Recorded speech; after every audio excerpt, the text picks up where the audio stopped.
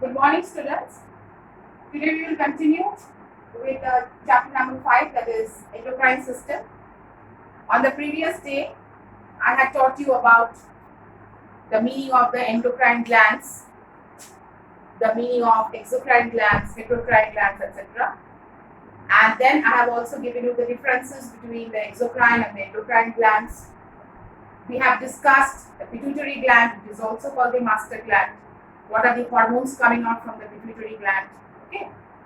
And apart from that, we have also studied the thyroid gland, the location of the thyroid gland, the hormones coming out of the thyroid gland, and the diseases which are caused due to hyposecretion and hypersecretion of the thyroxine hormone. 2 more glands are there, and of course if you take the gonads, then that comes to 3. So we'll come to those glands. We'll first start with the pancreas. So whenever we study any gland, we have to study the location of the gland, followed by the hormones produced from the gland and their basic functions. And if for some of the cases, like for the case of in pancreas and also in the case of thyroid, we have to also go through the diseases formed as a result of hypo and hypersecretion. Now, pancreas, as I have told you on the previous day, that it's called the dual gland or the heterocrine gland because it has got both exocrine as well as endocrine parts. It produces the pancreatic juice, which consists of a number of enzymes from the exocrine part, and it produces hormones like insulin and glucagon from the endocrine part. Now, we are going to focus only on the endocrine part because we are going to deal with the hormones only. So, in the pancreas, the endocrine part of the pancreas is known as the islets of Langerhans. Islets of Langerhans. So, from this endocrine part of the pancreas, 2 important hormones are released. One is insulin, and the other one is glucagon. Okay. Now, in the islets of Langerhans, actually different types of cells are there, alpha cells, beta cells, about which you will study in the higher classes. Now, for class 8, you just remember that the endocrine part of the pancreas is known as the islets of Langerhans, and 2 important hormones are produced from that part, and these hormones are insulin and glucagon. These 2 hormones together, they will help to maintain the glucose level in the blood. How do they maintain the glucose level? That should be clear. Now, insulin, blood glucose, just look at the board carefully. Blood glucose or blood sugar, excess of the blood glucose is converted to glycogen with the help of this hormone, insulin.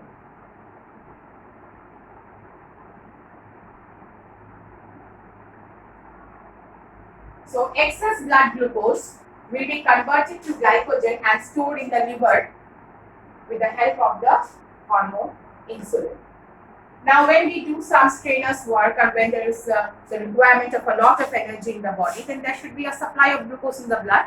In that case, the glycogen which is stored in the liver is converted back to blood glucose to supply energy, and that is being done with the help of the hormone glucagon.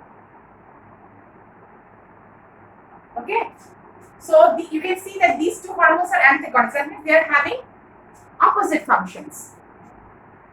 Excess blood glucose is converted to glycogen with the help of insulin, which is stored in the body, in the liver especially. And when there is need for the glucose in the blood, the glycogen is converted back to blood glucose with the help of the hormone glucagon. So these 2 are having opposite functions, and both are produced from the islets of Langerhans of the pancreas. Now, what will happen if there is less insulin in your blood? Then what will happen? First, you should know the function. The function is conversion of the blood glucose into glycogen. So if there is less insulin, then that excess blood glucose will not be converted into glycogen. That means what? The level of glucose in the blood will increase. Then we suffer from a disease that is known as diabetes mellitus. Diabetes mellitus. You must have heard of patients suffering from diabetes and taking insulin injections. It's because of the fact that there is less insulin in the body. And if the insulin level is less, then the excess blood sugar will not be converted into glycogen. So the amount of sugar inside the blood is going to increase. So that is a disease, and that is caused due to less secretion of insulin. Okay. What are the symptoms in diabetes? You know very well that there's a lot of urine formation. The thirst will also increase, excessive thirst. Will feel like drinking water, lot of urination, and there will be sugar inside the urine. That means the excess sugar, part of it will come out in the urine. Okay, so these are the symptoms of diabetes mellitus. So with that, we covered up this pancreas, and I think I forgot to tell you the location of the gland. Pancreas is actually present behind the stomach, or you can say below the stomach also. Okay, so location of the gland is very important. What is the endocrine part of the gland? That you have to keep in mind. What are the two hormones? How they are acting in opposite ways to control the blood glucose level of the blood? That is also important. And what is the disease that is caused due to low concentration of insulin in the blood or low production of insulin in the blood? That is diabetes mellitus, and you can remember two symptoms. That's all. Nothing in detail. Now we come to the fourth gland, that is the adrenal gland.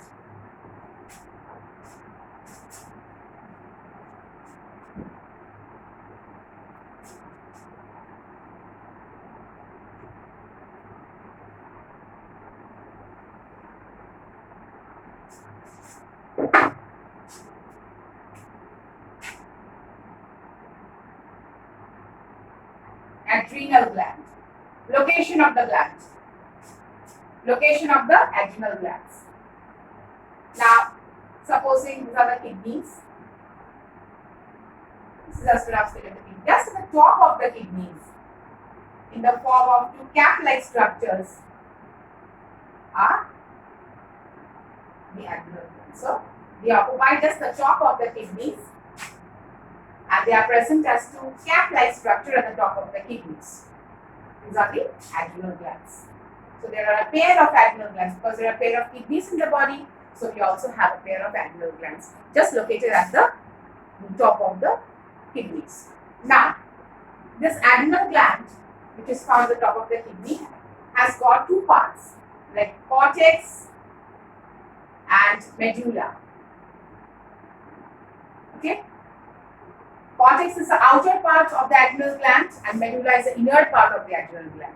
From the cortex, some hormones come out which carry out different types of metabolism. Like you have got metabolism of the glucose, metabolism of the fats, etc. Different types of metabolism is carried out. You study this in the higher classes. These are called corticoids. Now you don't have to remember the name. Just remember that from the cortex, a number of hormones come out, some of which will control the metabolism. Others will control the mineral metabolism in the body, and the third one will control the different sex. Some these are called the sex corticoids. Okay, so just don't have to go in detail. Just remember from the cortex, a number of hormones are released, which generally maintain the metabolism of the body, or help in maintaining the metabolism. From the medulla, you get two very important hormones. One of them is known as the adrenaline. Adrenaline. This adrenaline is also known as the emergency hormone. Emergency hormone. Adrenaline is also known as the emergency hormone. Why is it called the emergency hormone? Because it will help us to cope up with the emergency situation. What is the meaning of emergency situation? Means, say if you are in a state of danger, means you are in a situation which is dangerous, or if you are in a stressful situation, that becomes an emergency situation, or a situation which you are not habituated, means you are facing something for the first time, then that becomes an emergency situation in your case, or you are in danger, or you are in a stressful situation. So all these things will make up the emergency situation. So at that time you will find that your heart starts beating very fast, and your saliva secretion also decreases. Okay, the mouth becomes dry, and then you will find that sometimes your pupils dies here. They get dilated. Okay, out of fear. Okay, so all these are the symptoms of the emergency situation. Means when you are trying to cope up with that situation, you need this particular hormone adrenaline, which will produce all these conditions in your body or all the symptoms in your body just to cope up with the situation. Okay, so if they ask you why do you call it an emergency hormone, because adrenaline is helping us to cope up with the emergency situation. I already told you what is the emergency situation. Okay, it's also known as the fight or flight hormone. Fight or flight hormone. Fight or flight. What does it mean? Fight means it will give you the energy to fight or to face the situation. It's when you actually deal with an emergency situation, either you face the situation or you run away from the situation. In both the cases, you need a lot of energy because you have to cope up with that situation. Okay, so that's why it's also known as fight or flight hormone. This little bit will do. Don't have to read in details. Just remember, from the adrenal medulla, you are getting the emergency hormone, which is called adrenaline. And this emergency hormone is helping you to cope up with the emergency situation. It's either helping you to face this challenge or it is helping you to escape from that place. Okay, so that is known as what? An emergency hormone. Okay. Now we will come to this. So we all the glands, important glands, we have completed, and two other glands are left. That is testes and ovaries, which you will study in detail because in class 8 itself you have this chapter 3 that is that deals with the human reproduction. There you will read in details. So little bit I'll tell you about the hormones of the reproductive glands.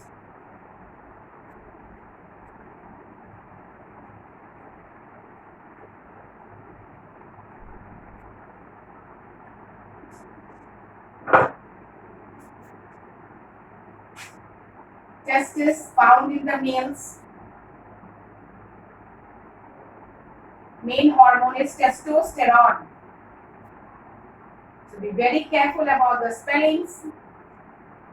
And ovaries, a pair of ovaries, testis are also a pair of ovaries found in the females. And it produces important hormones like you have got, I'll just give you two, estrogen and progesterone. Estrogen and progesterone. These words are found in the book also. Estrogen and progesterone.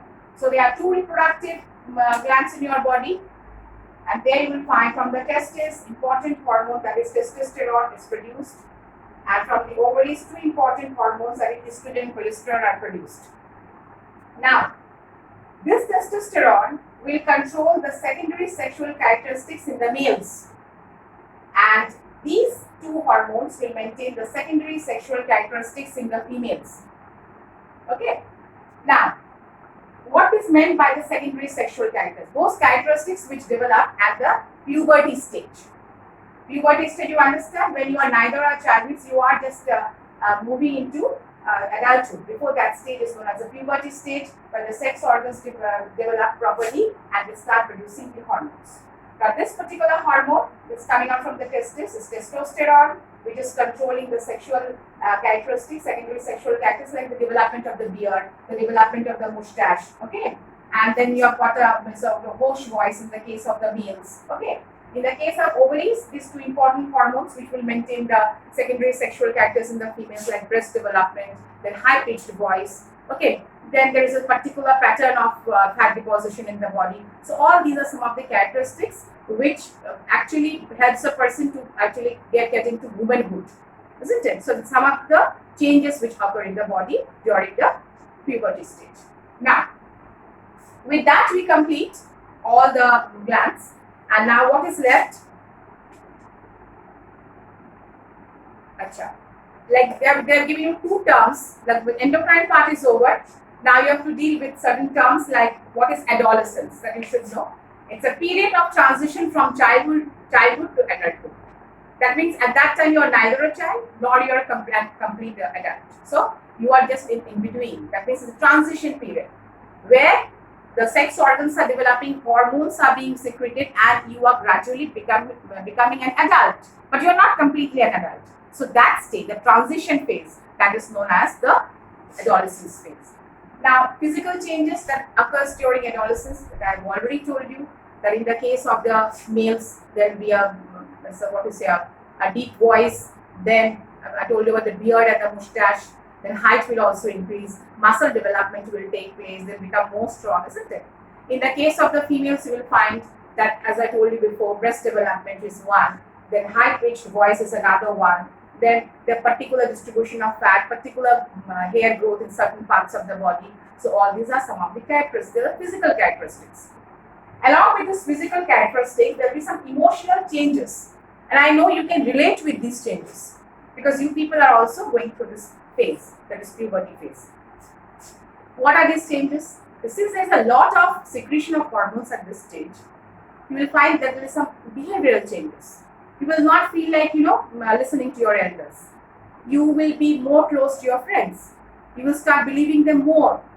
Okay, because you are neither a part of the adult nor are you a child. You are in the transition phase. You are growing up, but you have not grown up fully. Okay, so you cannot, here there will be no resemblance with the total adult, means complete adult. Neither will you have the total resemblance with the child. So you are in between. And first, you get all these behavioral problems because sometimes it becomes very difficult to accept yourself as you are at this stage. Because so many changes are going on in your body. Internal changes, external changes. You are looking different, isn't it? So you have to get adjusted to those situations. Okay? As when you get adjusted to those situations and you are able to accept yourself, then the conditions become fine. Before that, you have to face some problems will be there. You might be having some depression or stress. All these are part of that adolescent period. Some behavioral problems. Okay. Now, importance of personal hygiene. In this part, I don't have to explain much because you know how a person should take care of one's body, isn't it? How taking bath regularly, brushing your teeth, how to wash your hands before meals, all these things I don't have to explain. Then there is one part that is called stress management. Now, first you should know the meaning of stress. From the book you can find out the definition, mental tension or worry. Now, when you face a different situation, then of course if you are not used to that or if you are facing it for the first time, then you might be getting a bit of stress, it's a bit of mental worry, but after a few hours or say a few days, it will disappear. But in case it doesn't disappear, it can lead to depression, which is dangerous. It is one form of mental illness. So how can you keep yourself, free from all these worries or all the stress? How can you do that? First one, as I said, is you can go for meditation. When you are going for meditation, you are becoming very calm and cool, and your mind is very much relaxed. So that is good for your body and mind as well.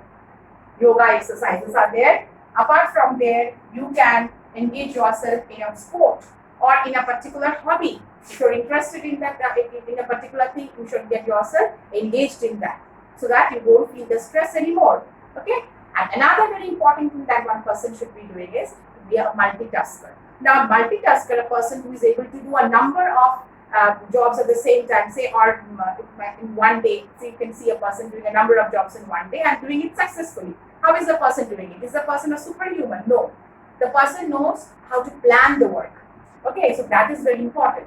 So if you want to become a multitasker, you have to go through your priorities. You have to see which work has to be done first.